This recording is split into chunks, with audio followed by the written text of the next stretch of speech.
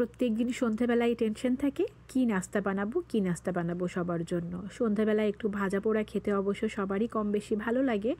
তো ভাবলাম যে যেহেতু বাসায় চিকেন আছে, চিকেনগুলো বের করে তাহলে এই চিকেন বলগুলোই বানিয়ে ফেলি। যেহেতু মেয়েরা খুবই পছন্দ করে, সাথে মেয়েদের বাবাও, কাজেই ব্যাপারটা বেশ ভালোই হবে। এখানে আমি হাফ কেজি মুরগির বুকের মাংস নিয়েছি, ছোটো ছোটো টুকরো করে এভাবে কেটে নিয়েছি। মাংসগুলোকে আমি ব্লেন্ডারে দিয়ে এখন ব্লেন্ড করে নেব। যেই বলা সেই কাজ, ব্লেন্ড করা হয়ে গেছে। এখন এই মাংসের সাথে আমি মিশিয়ে নিচ্ছি বেশ কিছু উপকরণ। সবার আগে আমি দিয়ে দিলাম বড় সাইজের একটা ভাজা পেঁয়াজ। এর সাথে আমি দিয়ে দিলাম 1 চা চামচ পরিমাণ রসুন বাটা, 1 চা চামচ পরিমাণ আদা বাটা, পরিমাণ মতো লবণ আর হলুদটা অবশ্যই এখানে না দিলেও হয়, তারপরও আমি দিলাম খুবই সামান্য পরিমাণে শুকনো মরিচের গুঁড়ো, দিলাম 1/2 চা চামচ পরিমাণ জিরে গুঁড়ো, 1/2 চা চামচ পরিমাণ ধনিয়া গুঁড়ো। এখানে আমি ভাজা জিরে গুঁড়োটাই ব্যবহার করেছি, তাতে করে ঘ্রাণটা অনেক ভালো আসে।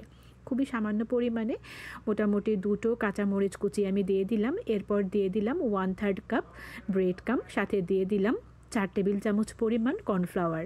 এরপর দিয়ে দিলাম 1 টেবিল চামচ পরিমাণ কেচাপ, আর দিয়ে দিলাম 3 টেবিল চামচ পরিমাণ টক দই, সাথে দিয়ে দিলাম খুবই সামান্য পরিমাণে একটু লেবু। এবার আমি সবগুলো উপকরণকে মাংসের সাথে খুব ভালো করে মেখে নিচ্ছি। এটাকে মোটামুটি আমি 30 মিনিট এভাবে ম্যারিনেট করে রাখার পর এখন সবগুলো এই যে উপকরণ মিশিয়েছিলাম মাংসের সাথে, এই কিমাটাকে এখন আমি বল আকারে তৈরি করে নিচ্ছি। মোটামুটি সবগুলো চিকেন বল আমার তৈরি করা হয়ে গেছে, দেখতেই পাচ্ছেন। যেহেতু সবাই খাবে, কাজেই সবগুলোই এখন ভেজে ফেলবো। যদি খুব বেশি করে করি সেক্ষেত্রে আমি খানিকটা ডিপ ফ্রিজে তুলে রাখি।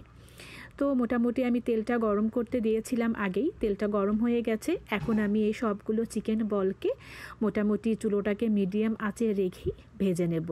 একটা সাইড কিন্তু হয়ে গেছে এবং কালারটা কিন্তু ভীষণ সুন্দর এসেছে। মোটামুটি সবগুলো চিকেন বল এভাবে লালচে করে আমি ভেজে নিচ্ছি। মোটামুটি প্রথমবার যতগুলো দিয়েছিলাম সবগুলো হয়ে গেছে। এখন আমি খুব ভালোভাবে ভাজা শেষ হয়ে গেলে একটা একটা করে এই যে তুলে নিচ্ছি।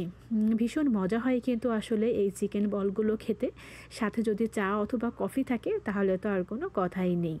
বাকি যে বলগুলো ছিল চিকেনের সেগুলোকে আমি এবার দিয়ে দিচ্ছি। এগুলোকেও মোটামুটি আমি নেড়ে চেড়ে এপাশ ওপাশ লালচে করে তারপরে ভেজে নিচ্ছি। মোটামুটি যখন গরম গরম থাকে, একটু নরম নরম থাকে, বেশ মজাই লাগে কিন্তু খেতে। আসলে মেয়েরা তো খুবই পছন্দ করে, আর মেয়ের বাবার তো কোনো কথাই নেই। মোটামুটি আমার সবগুলো চিকেন বল কিন্তু ভাজা হয়ে গেছে। এখানে আমি মেয়োনেজ আর কেচাপ একসাথে মিশিয়ে নিয়েছি। এখন আমি একটা ভেঙে দেখাচ্ছি যে ভেতরটা কতটা সফট হয়েছে, আর ওপরের লেয়ারটা তো ভীষণ মচমচে। কেমন লাগলো আমার ভিডিওটি অবশ্যই আমাকে জানাবেন। আর যদি ভালো লেগে থাকে বাড়িতে বাচ্চাদের জন্য অথবা বড়দের জন্য একবার হলেও ট্রাই করবেন। সবাই ভালো থাকবেন, আবার কথা হবে অন্য কোনো ভিডিওতে খুব তাড়াতাড়ি। আল্লাহ হাফেজ।